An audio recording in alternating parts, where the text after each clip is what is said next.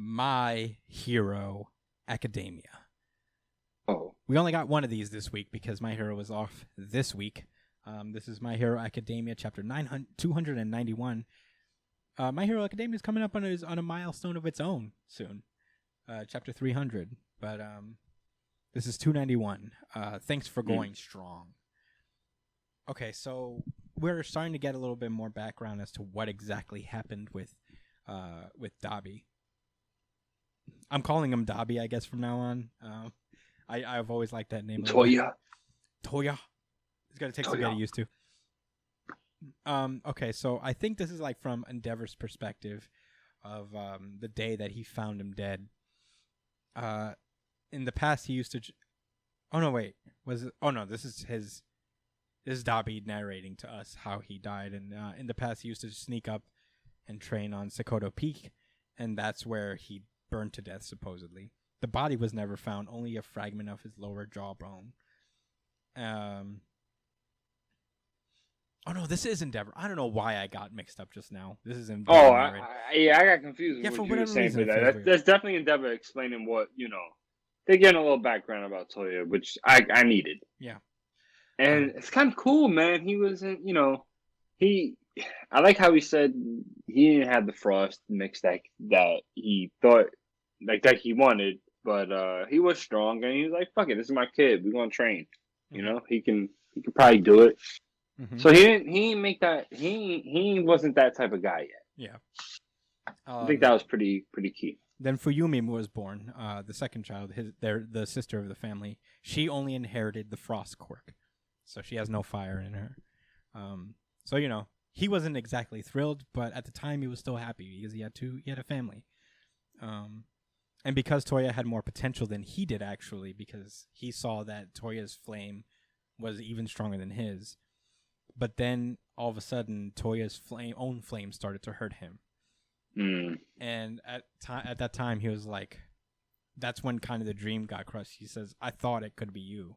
You could have been the one to reach my eternal goal. My frustration, my envy, the ugliness in my heart. You could have been the one to smash it all to dust. As we cut to the present, and Endeavor is just reeling from this news that like his son is standing before him.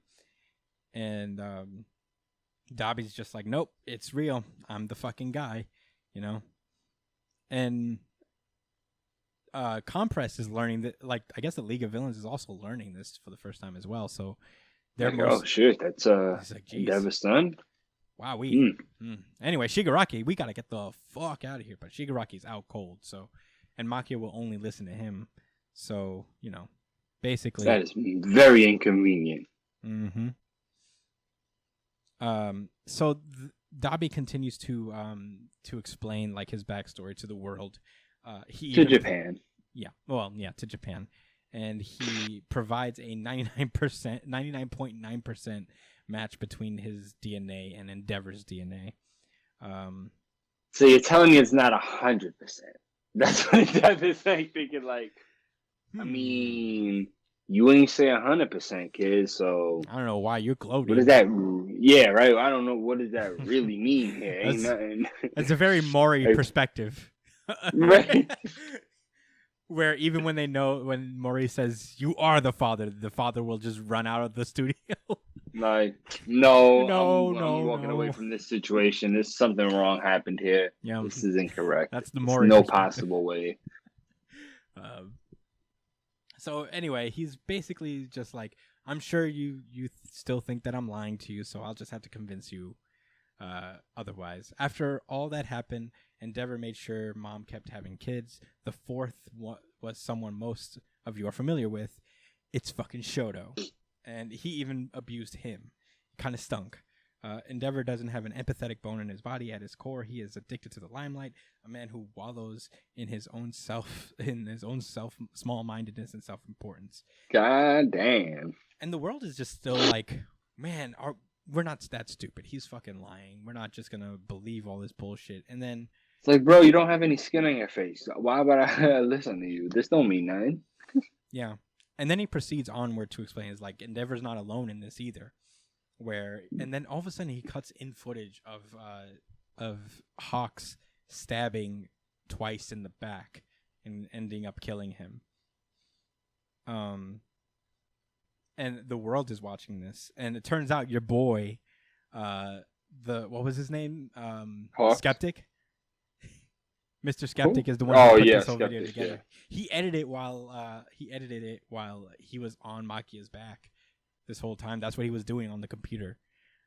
Is editing this fucking video. And he also reveals that Hawks killed the number 3 hero, Best Jeanist. And it didn't fucking bother him at all. And the reason being is apparently Hawks' father was a serial robber and a murderer. Wow. And that's why his background and his name were a secret. It's not that he's a special hero that, they raised from birth to be one of the best. He's got skeleton in his closet. And Endeavor's the guy who captured his dad. Woof, lots of connection. And basically Dabi takes like the high road in this. Is like, I couldn't let that happen. I had to reveal to you people who these guys really are. Yeah, and people are starting to lose faith in the heroes. And at that moment, Dabi jumps off of Makia's back, and he uses Flash Fire Fist and Prominence Burn at the same time, sets himself completely on fire, I guess with the intention of just like broiling up in flames completely and taking out everyone. When all of a sudden, these little strings fly from the sky, and we look up, and it's a man falling from the sky with these little massive lines of twine or fabric, I guess, and these rolly thingies. That's what I was confused as to what. And perfect hair. Yeah, and perfect hair, and you already know it. We called it. The world probably called it. It is Best Motherfucking Genius. Bro, I was crying last week because I was like, all right, you sure it's him? Like me? Like it could be somebody else. And Chris was just like, nah, bro, listen, he's gonna pull up, and it's chill because everybody got clothes on, so he can do well. Well, I was not that confident. I was like, I don't know, like he didn't really do that well the last time we seen him. And well, not only that, he brought his own fucking fabric with him. Those little I didn't even realize that the first time I read this. Yeah, it's really crazy. It took me a minute to realize what those things were. I thought they were like other heroes, like in a canister of some sort or whatever. But no, he's got just like ammunition. He came loaded. Mad yarn. Hella yarn and fabric. So much yarn. And he says, apologies for the delay.